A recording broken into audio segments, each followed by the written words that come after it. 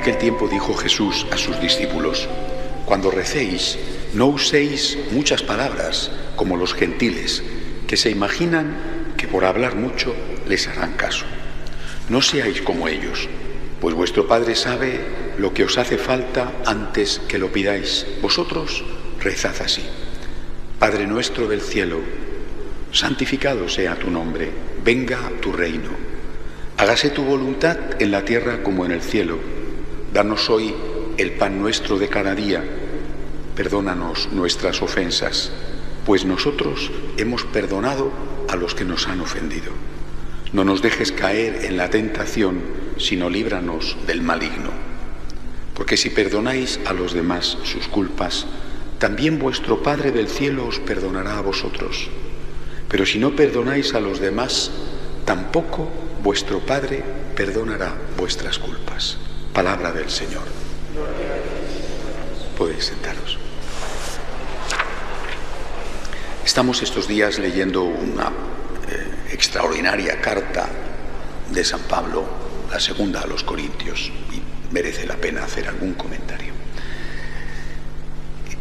Tiene uno la impresión, leyendo estos antiquísimos textos sagrados, de que se cumple aquel refrán: no hay nada nuevo bajo el sol. En realidad sí, todo es nuevo, pero lo esencial es lo mismo. Ya San Pablo, y lo expresa en este fragmento que hemos escuchado hoy, tiene que enfrentarse, imaginaos, estamos hablando de las primeras iglesias, de las primeras comunidades. La persecución de Nerón comienza en torno al año más o menos 63, por lo tanto esto está escrito antes, no sabemos con precisión, pero probablemente antes del año 60, 50 y tantos. Es decir, estamos hablando de que esta carta, desde luego la primera carta a los tesalonicenses de San Pablo, es quizá el texto más antiguo que existe del Nuevo Testamento, como texto desarrollado y escrito, porque los evangelios estaban escritos a pedacitos, lo que se llama perícopas, que después se van componiendo. Esta carta está escrita 20 años después de la muerte de Jesús. O sea, desde un punto de vista histórico, nada. Encima, contemporánea. Y ya hay problemas. Ya hay discrepancias serias. ¿En torno a qué? En torno a lo esencial. ¿Quién era Jesús? ¿Era Dios? ¿No lo era? ¿Era hombre? ¿No lo era? En torno a su propia historia. ¿Qué hizo? ¿Qué enseñó? ¿Qué significaban determinadas cosas que hizo? Por ejemplo, la última cena, su resurrección. Es verdad que la Iglesia estaba constituyéndose, no había todavía, como hoy, un magisterio claro, rotundo. Estaba Pedro, que ya ejercía de líder de la Iglesia, pero aquello era un cuerpo naciente y todavía no muy bien organizado. No digamos cuando ya, a partir de Nerón, empieza la persecución. Bueno, pero este texto, repito, anterior a Nerón, anterior a la persecución, probablemente 20 años después de la muerte y resurrección de Jesús, es decir, primeros pasos de la Iglesia, ya nos muestra la división interna en temas esenciales. Y nos muestra que hay unos, Pablo, Pedro, Juan, Mateo, que mantienen una línea y que hay otros que tienen otra. ¿Quiénes son estos otros? Probablemente no sea solo un sector. Hay uno claro, el llamado judaizante, gran enemigo de San Pablo. Bueno, es posible que se refiera a San Pablo en esta carta a ese sector. No podemos estar muy seguros, es posible. En todo caso hay otro u otros que tienen una línea teológica distinta. Y Pablo sufre las consecuencias. Está escribiendo por segunda vez a su querida comunidad de Corinto, que él ha fundado, Y digo querida porque fue seguramente la que más disgustos les dio y a la que más quiso. A veces está muy unido, ¿verdad? Los padres quieren más a los hijos que más les hacen sufrir, pero en todo caso, en el caso de San Pablo, así fue. Y en esta comunidad que él ha edificado, han llegado otros, él dice superapóstoles, lo dice con ironía, y están enseñando otro evangelio. Les escribe, les dice, fijaos este texto, repito, parece que no hay nada nuevo bajo el sol. Les dice, se presenta cualquiera predicando un Jesús diferente del que yo predico, os propone un espíritu diferente del que recibisteis y un evangelio diferente del que aceptasteis y lo toleráis tan tranquilos. ¿Es que soy yo menos que esos superapóstoles?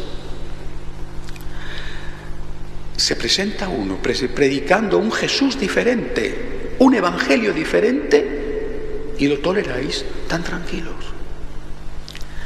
Nosotros no tenemos más que un evangelio, el de Jesucristo, y no tenemos más que un Nuevo Testamento, el evangelio y las cartas con el Apocalipsis, y no tenemos más que una doctrina, la enseñada de forma continua durante 2000 años por la Iglesia Católica. No tenemos otro. Si llega alguien, sea quien sea, y dice, Jesucristo dijo, pero yo os digo, San Pablo enseñó, pero yo os enseño otra cosa. El Papa tal, el Papa cual, antiguo o reciente, el concilio tal, el concilio cual, antiguo o reciente, dijeron, pero yo os digo. Yo no puedo tolerarlo tan tranquilo. No puedo. No puedo. Es que no puedo. Y vosotros tampoco. Sea quien sea.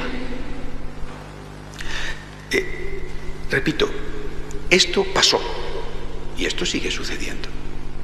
Una persona me decía, me escribía hace unos días, equivocadamente, porque el supuesto del que parte es totalmente erróneo y ofensivo.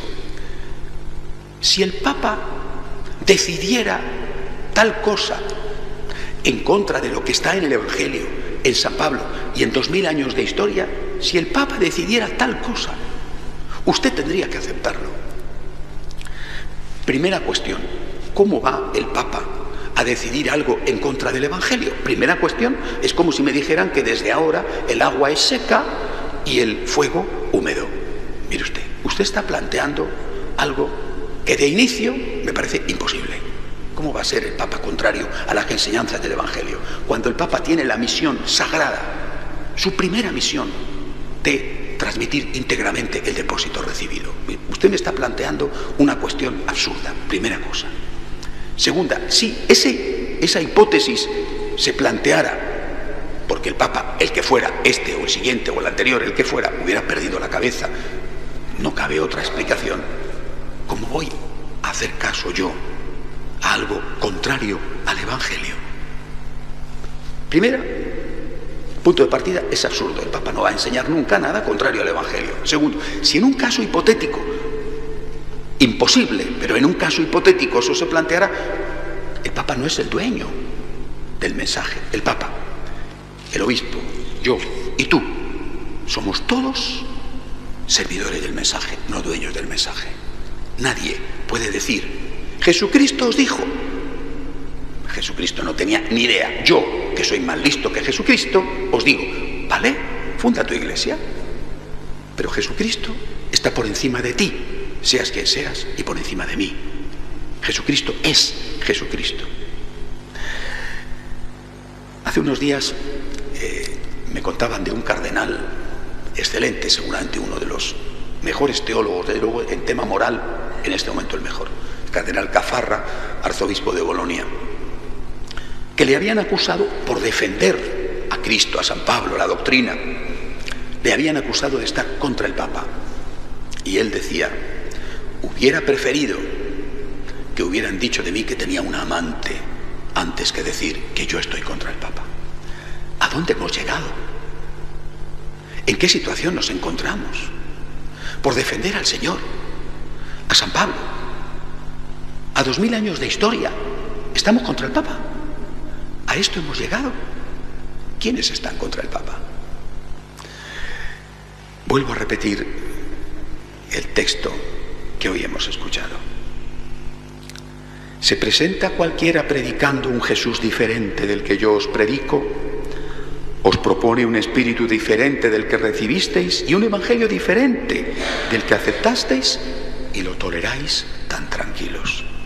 San Pablo se queja de esto, que no se queje de esto de nosotros. Se presenta alguien predicando un Jesús diferente y un evangelio diferente y no lo toleramos tan tranquilos. Estamos con Jesús, con el evangelio, con San Pablo, con 2000 años de historia y por supuesto con el Papa. ¿Cómo podía ser de otra manera? Pidamos al Señor por la Santa Iglesia. De pie, por favor.